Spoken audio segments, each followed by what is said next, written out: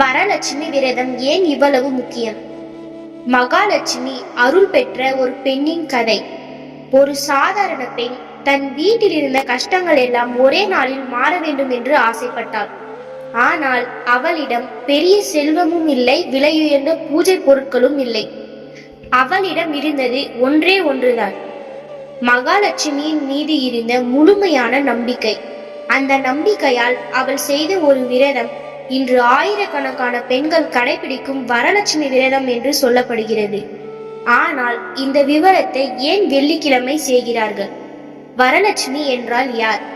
இந்த விரதத்தை செய்தால் 8 விதமான செல்வங்கள் கிடைக்கும் என்று ஏன் நம்பப்படுகிறது? இதற்கு பின்னால் இருக்கும் சுவாரஸ்யமான புராண கதை என்ன? வாருங்கள் இந்த கதையை முழுமையாக தெரிந்து கொள்வோம். முதலில் ஒரு முக்கியமான விஷயம், வரலட்சுமி என்பது மகாலட்சுமியின் ஒரு சிறப்பு வடிவமாக பக்தி மரபில் கருதப்படுகிறது. வரம் தரும் லட்சுமி என்பதே வரலட்சுமி என்ற பெயரின் பொதுவான விளக்கம். செல்வம் மட்டுமல்ல, வாழ்க்கையில் தேவையான பல வகையான வளங்களையும் அருளும் சக்தியாக அவளை பக்தர்கள் வழிபடுகின்றனர். அதனால்தான் வரலட்சுமி விரதம் என்பது வெறும் பணம் வேண்டி செய்யும் வழிபாடு அல்ல. குடும்ப நலன், மகிழ்ச்சி, நல்ல வாழ்க்கை, வளம், ஆரோக்கியம், நல்ல சந்ததி இவற்றுக்காகவும் பக்தர்கள் இந்த விரதத்தை மேற்கொள்கிறார்கள். ஒரு காலத்தில் மகத நாட்டில் சாருமதி என்ற பெண் வாழ்ந்து வந்ததாக வரலட்சுமி விரத கதை கூறுகிறது. அவள் மிகவும் பக்தியுள்ளவர். கணவனையும் குடும்பத்தினரையும் அன்புடன் கவனித்து வந்தாள். அவளுடைய வாழ்க்கையில் மிக பெரிய செல்வம் இல்லை, ஆனால் அவளுடைய மனதில் ஒரு பெரிய செல்வம் இருந்தது, பக்தி. ஒரு நாள் இரவு சாருமதிக்கு ஒரு கனவு வந்ததாக கூறப்படுகிறது. அந்த கனவில் மகாலட்சுமி தோன்றி, உனது பக்தியால் நான் மகிழ்ந்திருக்கிறேன் என்று அருளியதாக கதை கூறுகிறது. மேலும் ஒரு குறிப்பிட்ட வெள்ளிக்கிழமையில் தன்னை வழிபட்டு விரதம் இருக்கும்படி அறிவுறுத்தியதாகவும் கூறப்படுகிறது. கனவில் இருந்து எழுந்த சாருமதி அந்த அனுபவத்தை தனது குடும்பத்தினருடன் பகிர்ந்து கொண்டாள். அவளுடன் மற்ற பெண்களும் சேர்ந்து அந்த விரதத்தை மேற்கொள்ள முடிவு செய்தனர். குறிப்பிட்ட நாளில் அவர்கள் அதிகாலையில் எழுந்து வீட்டை சுத்தம் செய்தனர். பூஜை அறையை அலங்கரித்தனர். மாவிலை, மஞ்சள், குங்குமம், மலர்கள் போன்ற பொருட்களை கொண்டு வழிபாட்டிற்கான ஏற்பாடுகளை செய்தனர். பின்னர் கலசம் வைத்து அதில் மகாலட்சுமியை மனதில் நினைத்து வழிபட்டனர். வரலட்சுமி விரதத்தில் கலசம் முக்கியமான இடத்தை பெறுகிறது. கலசம் என்பது வெறும் ஒரு பாத்திரம் அல்ல.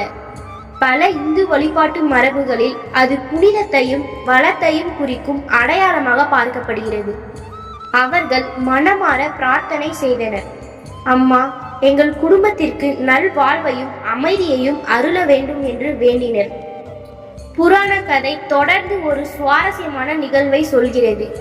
விரதத்தை முடித்த பிறகு சாருமதியும் மற்ற பெண்களும் கோவிலை சுற்றி வலம் வந்ததாக கூறப்படுகிறது.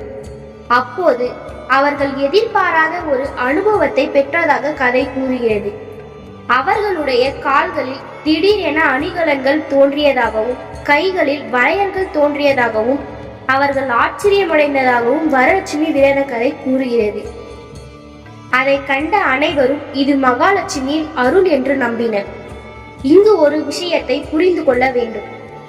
இவை புராணத்தில் கூறப்படும் பக்தி கதையின் நிகழ்வுகள். அவற்றை வரலாற்று அறிவியல் ஆதாரமாக பார்க்காமல் ஒரு ஆன்மீக நம்பிக்கை மற்றும் மரபு கதையாக புரிந்து கொள்வதே சரியானது. வரலட்சுமி விரதம் பொதுவாக ஆடி அல்லது ஆவணி மாதங்களில் வரும் ஒரு வெள்ளிக்கிழமையில் அனுஷ்டிக்கப்படுகிறது. பகுதி மற்றும் பஞ்சாங்க மரபுகளின்படி நாளில் வேறுபாடுகள் இருக்கலாம். வெள்ளிக்கிழமை என்பது பல இந்து வழிபாட்டு மரபுகளில் மகாலட்சுமிக்கு சிறப்பான நாளாக கருதப்படுகிறது. அதனால் அந்த நாளில் லட்சுமி வழிபாடு செய்வது மிகவும் முக்கியமானதாக பக்தர்கள் கருதுகிறார்கள்.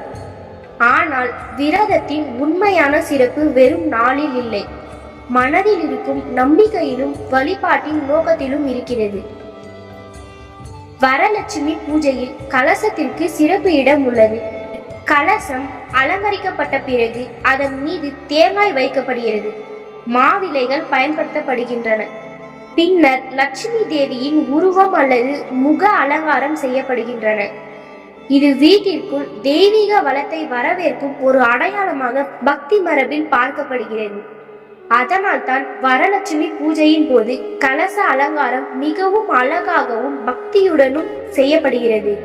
வரலட்சுமி வழிபாட்டுடன் தொடர்பு படுத்தப்படும் மற்றொரு சுவாரஸ்யமான கருத்து அஷ்டலட்சுமி, அதாவது லட்சுமியின் 8 வடிவங்கள். அவற்றில் பொதுவாக குறிப்பிடப்படுபவை ஆதிலட்சுமி, தனலட்சுமி, தானியலட்சுமி, தைரியலட்சுமி, கஜலட்சுமி, சந்தானலட்சுமி, விஜயலட்சுமி, வித்யாலட்சுமி. இங்கே செல்வம் என்றால் பணம் மட்டுமல்ல என்பதை புரிந்து கொள்ளலாம். அறிவு, தைரியம், வெற்றி, உணவு, குடும்ப வளம் போன்ற வாழ்க்கையின் பல்வேறு நன்மைகளையும் லட்சுமியின் வெவ்வேறு வடிவங்களாக பக்தி மரபு விளக்குகிறது. வரலட்சுமி விரதத்தின் உண்மையான முக்கியத்துவம் என்ன? அது பணம் கிடைக்க வேண்டும் என்பதற்காக மட்டும் செய்யப்படும் வழிபாடு அல்ல. ஒரு குடும்பம் ஒன்றாக அமர்ந்து பக்தியுடன் இறைவனை நினைப்பது, நன்றியுணர்வை வளர்ப்பது, வீட்டை சுத்தமாக வைத்துக் கொள்வது, பிறருக்கு உதவுவது, நல்ல எண்ணங்களுடன் வாழ முயற்சிப்பது, இவை அனைத்தும் இந்த விரதத்தின் ஆன்மீக நோக்கத்துடன் இணைக்கப்படுகின்றன. அதனால்தான் பல குடும்பங்களில் இந்த விரதம் தலைமுறையாக கடைபிடிக்கப்பட்டு வருகின்றன. வரலட்சுமி விரதம் ஒரு பூஜை மட்டுமல்ல, அது நம்பிக்கையின் ஒரு நாள், நன்றியுணர்வின் ஒரு நாள், குடும்பம் ஒன்றாக இணையும் ஒரு நாள். மகாலட்சுமியின் அருள் என்பது செல்வம் மட்டுமல்ல, நிம்மதியும் ஒரு செல்வம்தான், ஆரோக்கியமும் ஒரு செல்வம்தான், குடும்ப ஒற்றுமையும் ஒரு செல்வம்தான், நல்ல மனமும் ஒரு செல்வம்தான். அதனால் தான் இந்த வரலட்சுமி விரத நாளில் அம்மா எனக்கு மட்டும் கொடு என்று வேண்டுவதை விட என் குடும்பத்திற்கும் என்னை சுற்றியுள்ள அனைவருக்கும் நல்வாழ்வு கிடைக்கட்டும் என்று மனதார வேண்டுவோம். இந்த கதை உங்களுக்கு பிடித்திருந்தால் லைக் செய்யுங்கள்.